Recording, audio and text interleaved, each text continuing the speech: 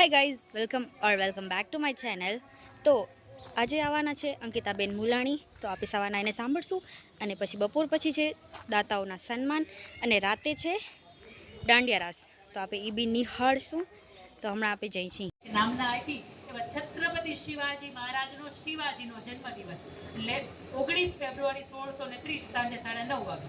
અને આ પ્રસંગ આ હાલરડું મને ખૂબ ગમે એટલે મારી માતાને હું પૂછું કે માં મને આ હાલરડું જ કેમ ગમે છે, આ પ્રસંગ જ કેમ ગમે છે, ત્યારે મારી માં મને એવું કહે કે બેટા 19 ફેબ્રુઆરી 1630 સાંજે 9:30 વાગે શિવાજીનો જન્મ થયો હતો અને 19 ફેબ્રુઆરી 1994 સાંજે 9:30 વાગે તારો જન્મ થયો હતો. કદાચ આ તારીખ એક છે ને એટલા માટે તને આ ગમે છે, પણ એનો વાત મારે તમને પ્રસ્તુત કરવી છે કે માં કેવી હોય. દિલનું મોટું રજવાડું, એ રજવાડામાંથી હુકમ થયો કે નાના નાના રજવાડાઓ છે એને બધાની ઉપર હુમલો કરવામાં આવે, એની ઉપર ચડાઈ કરવામાં આવે અને પછી એ રજવાડા છે ને એની ઉપર આપણું શાસન પ્રસ્થાપિત કરવામાં આવે. અલાઉદ્દીન ખિલજીએ હુકમ કર્યો, નાના નાના રજવાડા ઉપર એની ઉપર હુમલો થયો, એના રાજા રાણીઓ એને મારી નાખે અને એનું જે રજવાડું હોય ને નાનું નાનું એને દિલ્હીના મેઇન મુખ્ય જે સૈન્ય હોય એની અંદર ભેળવી દે. બને છે એવું એક નાનકડા એવા રજવાડા ઉપર હુમલો થયો, રાજા રાણી અંદર છે. 2 દિવસ સુધી લાખોની ફોજ જે છે એ વીટળાઈ ઊભી છે કે આ રાજા રાણી દરવાજો ખોલે એટલે આપણે બધાને મારી નાખીએ, કારણ કે લાખોની ફોજ. આ સૈન્ય તો નાનું હતું, રાજ્ય તો નાનું હતું, પણ થોડીક વાર થાય છે ત્યાં 2 ઘોડેસવાર હોય એના હુકમથી દ્વાર ખોલવામાં આવે છે. દ્વાર ખુલી જાય છે અને પગડમ પગડમ પગડમ પગડમ કરતા એ ઘોડા છે, 2 અસવારો છે એ ત્યાંથી નીકળી જાય છે. જેવા નીકળે દરવાજા બંધ થઈ જાય, પાછળથી એના લાખોની જે સૈન્યની દિલ્હીના બાદશાહની ફોજ હતી એની પાછળ જાય. બને એવું કે 2 ઘોડેસવાર જતા હોય તો આવી રીતે એક સાંકડું નાળું આવે.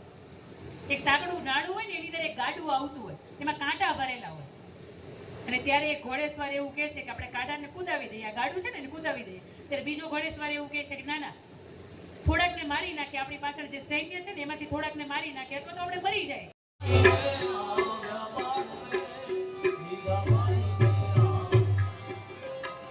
અને તેથી આ દેશનો કવિ, આ રાષ્ટ્રીય કવિ ઝવેરચંદ મેઘાણી એવું લખે કે આબમાં ઉવે ચાંદલો ને માતા જીજાબાઈ ને આવ્યા બાળ ગણને ડુંગરા બોલે. ડુંગરા કઈ બોલતા નહોતા, પણ તેમ છતાં એનું 2 કલાકનું બાળક નહોતું ને માં એવું કહેતી હતી કે બેટા આજે તારે જેટલું પેટ ભરીને દૂધ પીવું હોય ને એટલું પી લેજે, પણ આવતીકાલે સમય આવશે કે મુઠ્ઠી ધાન પણ નહીં હોય.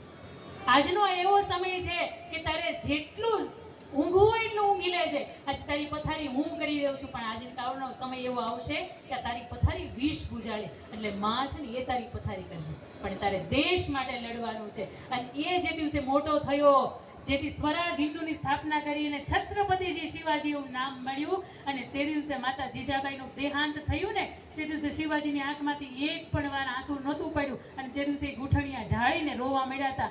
અને તે દિવસે એમ કહેતું હતું કે મારી માં મને મૂકીને વહી ગઈ. કોઈ એવું કીધું કે બેટા મહારાજ સંભાળો તમારી જાતને, આખી જિંદગી તમે રડ્યા નથી અને આ તો કુદરતનો ખેલ છે, જન્મ થાય એનું મૃત્યુ થાય.